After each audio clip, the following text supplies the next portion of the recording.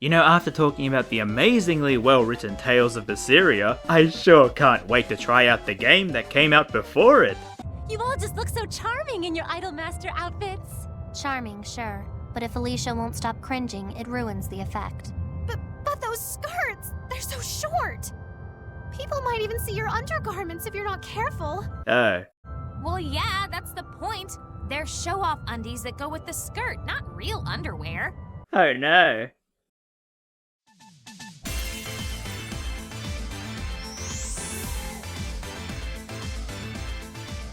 That's comedy. You know, I've thought about it for so long as to why this was one of my first JRPGs I bought after Persona 5 and why the video I made somehow disappeared from my channel. But alas, I have no answers to that. But here it is, back again, and with a fresh new look and opinion, because I have now played Berseria, one of the best JRPGs ever. So how will that affect my opinion on the game, going back to it now? Well, for those not in the know, most of the Tales games are standalone, set in their own universes like the Final Fantasies, except every now and then, they make a game in the same universe as the previous ones, and that's the case here. Zestiness came out in 2015 and was followed by Berseria in 2017, which was actually a prequel, taking place years in the past. So going back to this game, it's the same world, but now in the future with none of the same cast. Because, well, this came first, and I don't think they planned Berseria like that. Okay, it's complicated. However, there are still some little nods to Berseria, just some mentions here and there. For the most part, this is its own thing. So the premise for this game's world is that there are these beings called seraphim that no human can see. Think of them like spirits, except you got old Saray, who can see them all. Just 1 sec, I gotta change the outfit.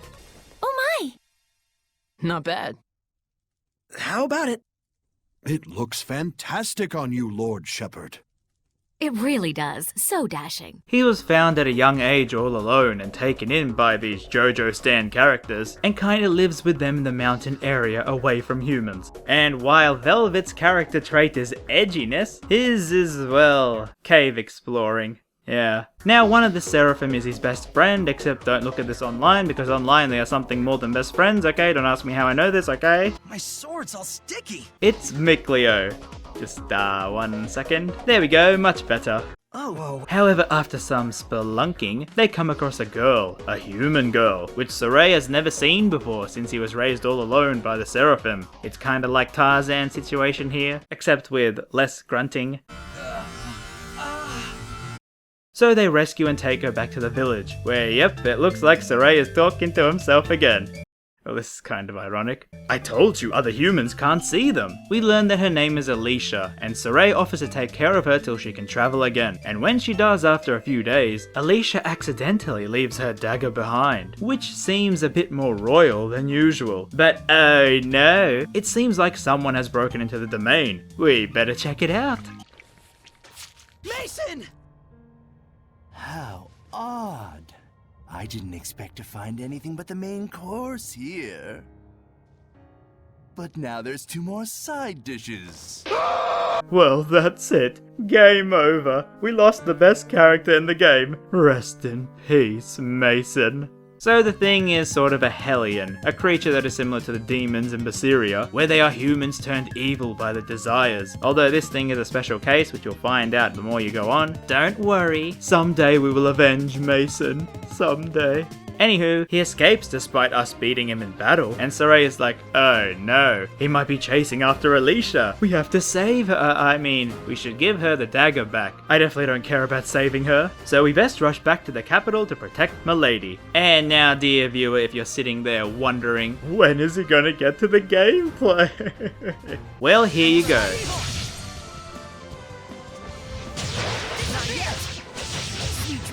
Okay, so like Berseria, you encounter monsters in the overworld, which takes you to an arena. However, you kinda can't move freely. No, the way it works is that you only can move forward and back towards the monster you lock onto, with dodging being the only way to shift your X-axis. Trust me, yes, it does feel incredibly clunky at first, and took me a long time to get used to it. You can do combos with arts as usual, and your seraphim buddies fight in battles themselves, and you can control them if you so choose. But the big thing about the game, as shown a little in Berseria, is the amortization, where Saray confused with the seraphim for stronger attacks. You get a water archer, fire sword, JoJo earth, and terrible wind. Oh my goodness, it's so bad, please no! Now to actually attack, you need SC, and the way to recover it is to not attack. So if you're tactically challenged like me, the battles boil down to spam all the attacks, then block or run away till you can do it again. But of course there's a lot more to the combat that is slowly explained throughout the game. However, I feel it makes more sense when you play it for yourself. So Saray and Mikleo head down to the capital city. Well, my goodness, what is that horrid noise? Well, to simulate a lively town, the game puts random city chatter every time you're in a major place, and it's not quiet, oh no. You definitely will hear the townspeople and all their wonderful chatter. Shut up, old man. You smell like farts. Now we make our way to where Alicia is, who we learn is, yep, the princess of the place, and is holding a ceremony for the Lady of the Lake, i.e. it's the Sword of the Stone. Pull it out and you become the Shepherd, a person who is said to smite all evil. Naturally, it's Saray, because he's the only one who can actually see the Lady of the Lake, and that she is a seraphim named Lila. She's, Pick a number 1 through 10. Got you! It was 12. She's off the rails. And Saray, with her help, is able to smite the demons in the place, gaining the public's favor, that he is the new shepherd who can save them from impending doom. Yay! Now Lila herself lived a long time and knows a lot about the history of the world and the whole shepherd dealy. However, for plot convenience, she actually can't say or answer any of their questions due to her, quotation marks, pact. It's seriously such a weird way to say, yeah, nah, we can't tell you about the world yet. Alicia as well, very happy that we have arrived because it's hard fighting the evil in the kingdom when you can't really see it. However, since Saray is now more powerful, through bonding with Alicia, can actually allow her to hear the seraphim by holding his breath. Fear not, Alicia. We have indeed seen your gratitude for ourselves. Saray, one more time. Isn't there a better way to do this? That's one thing I'll say about this game over Berseria. It has a lot more comedic moments, or tries to. The game feels a lot more light-hearted as the characters make puns and jokes quite a bit, although yes, they still are very cheesy. Cheese? Now the game here does some little thing where we go spelunking. Mikleo gets angry we're acting all high and mighty as the shepherd and runs off. Alicia then joins the team, then Mikleo comes back to save the day. Trust me, replaying this bit was Well, at least now we are more powerful, meaning Alicia doesn't need us to hold our breath to see the seraphim. I can see you now. Well, there's the one joke that was funny from my old video included. Yep, tick mark, check. Anyway, a scene after this has Saray fight a water seraphim, but then finds the bridge to a town is now blocked off, and there are reports of that town having some disease, but we can't bring any of the aid without fixing the bridge, so we need the Earth Seraphim, aka this girl. Also along the way, we meet the shirtless dude who is in Berseria, but don't worry about it, just ignore the edgy boy. Anyway, to reach her, we climb the mountain, and a dragon. But don't worry, the girl named Edna saves us from him, and we learn that the dragon was a seraphim who turned evil, who was also her brother, and named Aizen. I will say no more on that. She eventually agrees to join us, giving us the JoJo punchy attack, and we head to fix the bridge. Now throughout the game, Zestiness does this thing where it offers the illusion of choice. For example, you can don your powers and fix the bridge right here in front of everyone. This might actually freak people out since you did some superhuman feat. Or you can wait till night to do it when no one is around. Now the game does this many times throughout the story, but honestly it doesn't matter that much. It gives you unique dialogue at random times, but it doesn't change the overall story at all. I just found it amusing since Berseria didn't have anything like this, so I guess they dropped it because it meant they had to write double lines for those scenes. But we then head to the spooky town where everyone is dying due to the disease. However, through some haunted castle and a giant dragon fight. Seriously, what's with this game and us fighting giant dragons? But after this, well, Alicia is like, I have to do princess things, okay, bye. And you are stuck with 3 weirdos in your head. I'll get to my gripes with this later in the spoiler bit. But after she leaves, we then get word that a rival country has declared war on Alicia's one. So we head to the battlefield and then find a cat.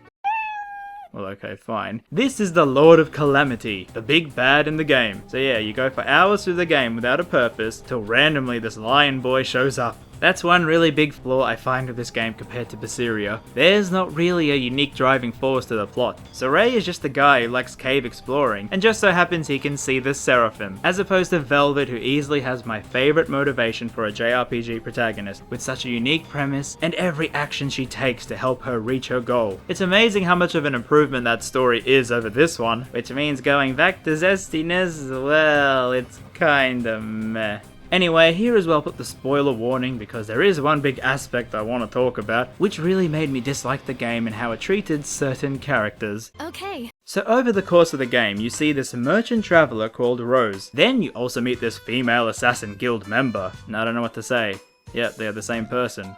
Shocking, I know. So in the battle with the lion, you find out he's a bit too powerful, and Rose saves your life, bringing you back to her base. Well, I mean, you carry her there, in the inspiration for Death Stranding. Here you meet her allies, and well, Saray tries the old introduce the Seraphim skit. Hey! Just try and focus, Rose. Rose, can you hear? Yeah, easy, Rose. Rose, please, just calm down. I'm not hearing this! Let go! Let me go, you idiot! Rose, listen! We're close.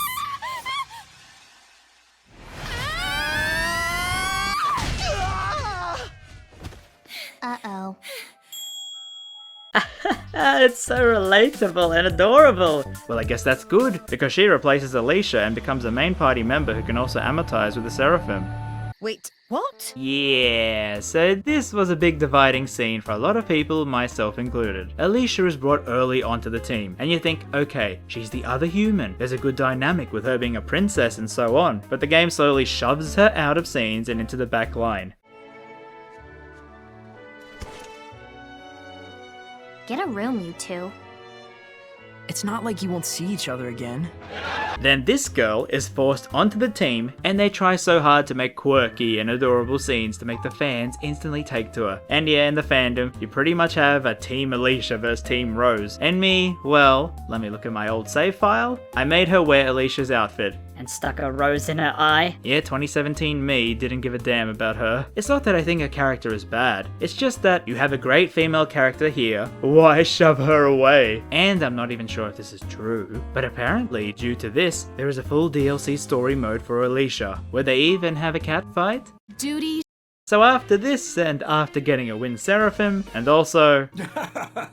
Boy, howdy.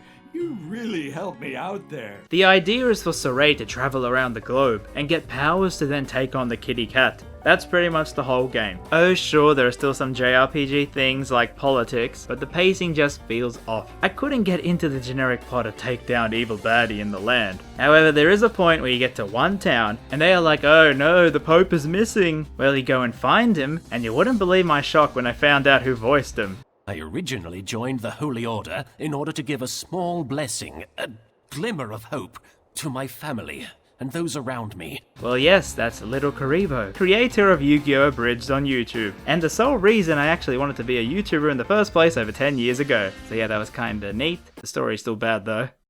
Anyway, eventually we do all that, learning about the kitty cat's past, and we have to take him down in this pretty cool final boss place, which to any Berseria fans might feel a bit familiar. So we fight, and of course he transforms into the Super Dragon, fusing with the god Maltalis. And if you played Berseria, that might bother you that this god is being used for evil, but to be fair, this is such a cool final boss. You have to attack his hands while he's charging up, and if you deal enough damage, you can then use your Seraphim in a gangster shot. Then after one final one-on-one, you defeat the Lord of Calamity and the epilogue rolls. So yeah, when you boil it down, the story is just, oh no, we have to get stronger to defeat the evil baddie. There are still many side plots in the world that are interesting, but coming from Berseria, it just felt like a step down. I didn't take to Saray as much as Velvet, and I guess it shows how important it is to have a protagonist who has driving goals that can help move the plot along naturally. Is that right? But out of the story into other things in the game. And well, here's one. I actually preferred the music in this over Berseria. I don't know, just personal preference. And I guess another good thing is that for some it's like a normal JRPG. There's a lot more fun moments with the cast compared to Berseria. However, even with that, the dialogue felt very stilted and incredibly cheesy at times. Look, I love my cheese in JRPGs, okay? But the way some deliveries were handled, it kinda was absurd how stilted they were.